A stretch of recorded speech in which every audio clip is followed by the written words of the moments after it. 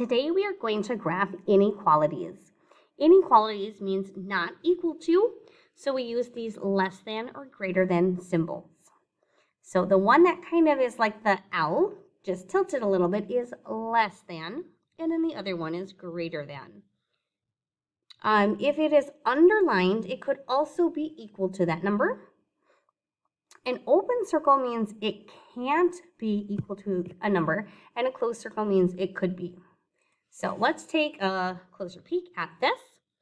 Let's say we have the inequality x is less than -1. That means we're going to put an open circle at -1 because x cannot be exactly -1. It could be like -1.02. Okay, so it can be super close to it, but it can't exactly be touching -1. Then x is less than -1. Numbers that are less than are to the left.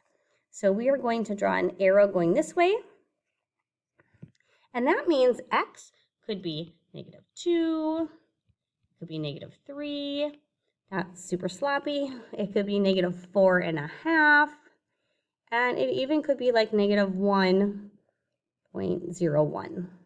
Like I lost $1.01.